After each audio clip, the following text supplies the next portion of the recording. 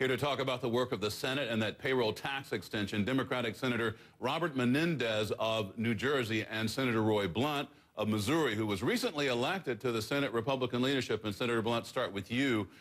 House passage of this payroll tax deal is just not a done deal yet. We're hearing from the Speaker of the House, another program, saying he's not happy with this 2-month extension. Did you all in the Senate leadership communicate with the House leadership on this, or how did all this get messed up? Well, you know, I don't know. I really don't officially become a member of the Senate leadership till we start the year next year. It's my first year in the Senate, trying to figure the Senate out still.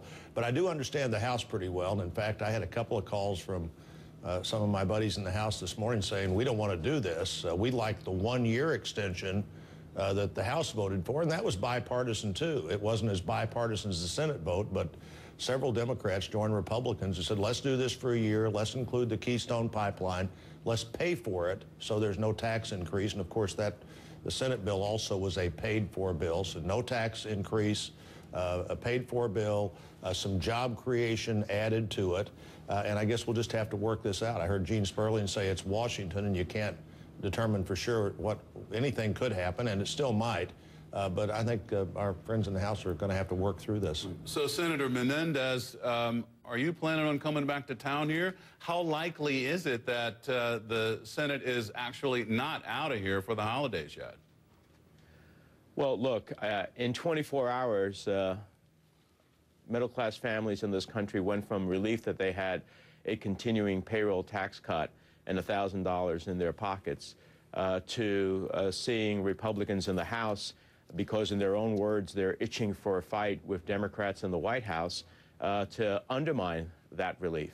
You know, I'd love to see a year too, but I want to see a year in which we pay for it in a way that doesn't take money from the middle class to give it to the middle class. I mean, in the House version, they take money from middle-class families in Medicare. They take money from middle-class families in health care. They take money from middle-class civil servants.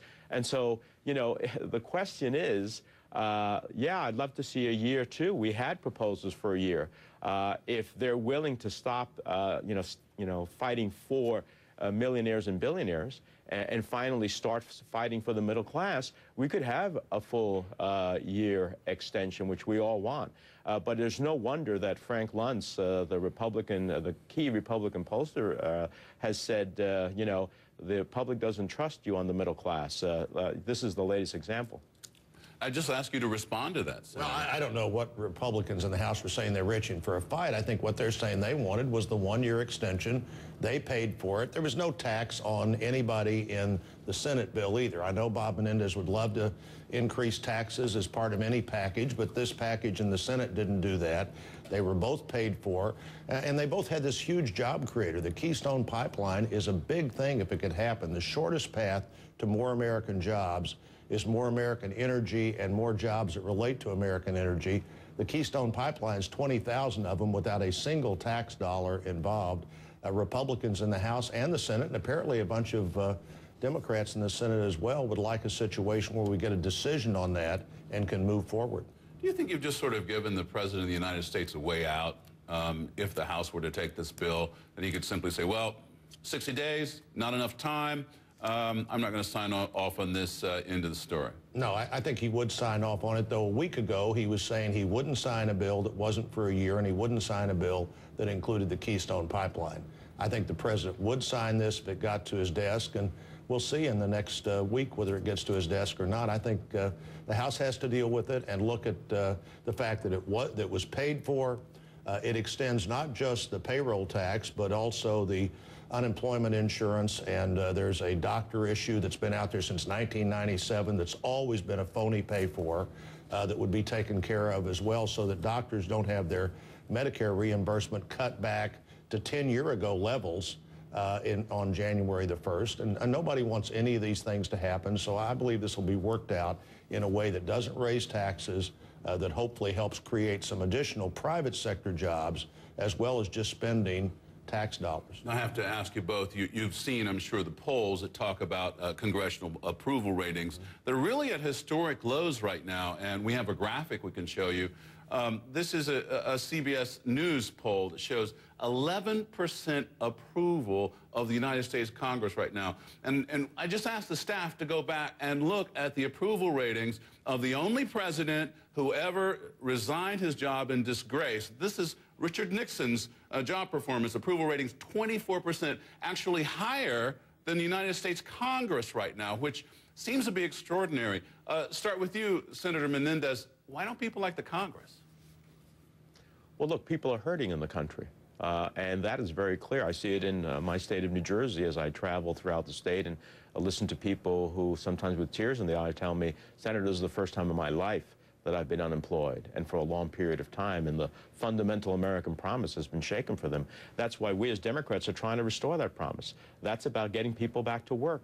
That's what the president's job package was about. That's what this payroll tax that we have been leading the fight on, and that Republicans have largely fought us tooth and nail. And I know Roy made the comment that, you know, I would want to increase taxes. The bottom line is what I don't want to see is greater pound of flesh being taken out of the middle class. That's what the House Republicans do. They do it in so many different ways. And so it seems to me that this is a question, and that will go to the question of the next elections. Whose side do you stand up for? Are you standing up for millionaires and billionaires who got some of the biggest tax cuts, or are you going to stand up for the overwhelming middle class?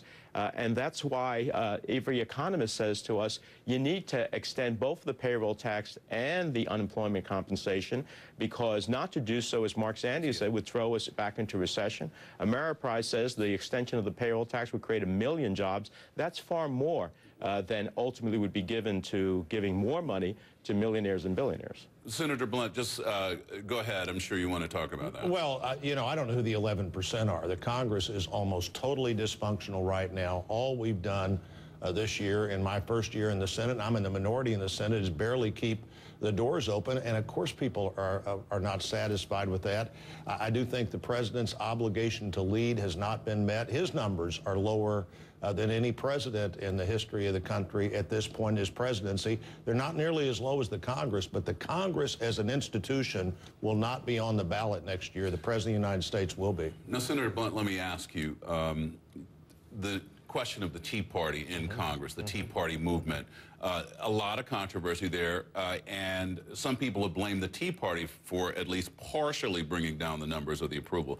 But you also defeated a Tea Party supported member of the Senate for your leadership position. Do you think we're in a zone now where the Tea Party bubble is about to burst? Well, no, I don't think that at all. I think the Tea Party has brought important issues to the table. I think their concern about fiscal responsibility, about paying the bill, is a concern that they keep building that fire under. And Ron Johnson, who is my opponent in this recent leadership race, is a great member of the Senate. I look forward to working with him.